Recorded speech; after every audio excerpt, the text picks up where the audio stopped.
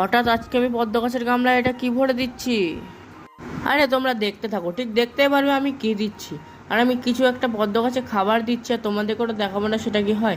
প্রথমে আমি নিয়ে নিয়েছি এনপিকে 10 26 26 26, তারপরে সিউইড নিয়েছি কিছুটা, তারপরে আমি নিয়েছি হিউমিক অ্যাসিড।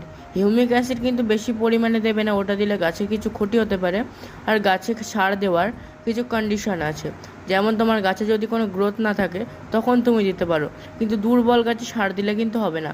দুর্বল গাছে সার দিলে কিন্তু গাছটা মরে যেতে পারে। আর পদ্ম গাছে সার দেওয়ার সময়টা হচ্ছে সকাল 7টা থেকে 10টা পর্যন্ত। এটা কিন্তু দুপুরবেলায় রোদের মধ্যে দিলে গাছটা জ্বলে যেতে পারে। আর এনপিকে 10 26 26 কিন্তু ফুল আনতে প্রচুর হেল্প করে। হিউমিক অ্যাসিড আর সিউইড কিন্তু গাছের গ্রোথটাকে প্রচুর পরিমাণে বাড়িয়ে দেয়। চলো এবার আমি গাছের মধ্যে এটা পুঁতে দিই। এটা কিন্তু গাছের সেন্টারে পুঁততে হবে, কারণ ওখানে কোনো টিউবার থাকে না। আর আজকে কিন্তু আমি প্রথমবার ফার্টিলাইজার অ্যাড করছি, আর এই গাছটা লাগানো কিন্তু আমার মাত্র 26 দিনই হয়েছে। এবার তো আমাকে ফুল আনার জন্য ফার্টিলাইজার অ্যাড করে দেওয়া উচিত, সেই জন্য আমি কিন্তু আজকে করে দিলাম। আর এই কাজটা কিন্তু আমাকে প্রতি 15 দিন অন্তর অন্তর করতে হবে, তাহলে কিন্তু আমার গাছের গ্রোথ খুব ভালো হবে। তো বাই বাই বন্ধুরা, আবার দেখা হচ্ছে নতুন ভিডিওতে কালকে। বাই।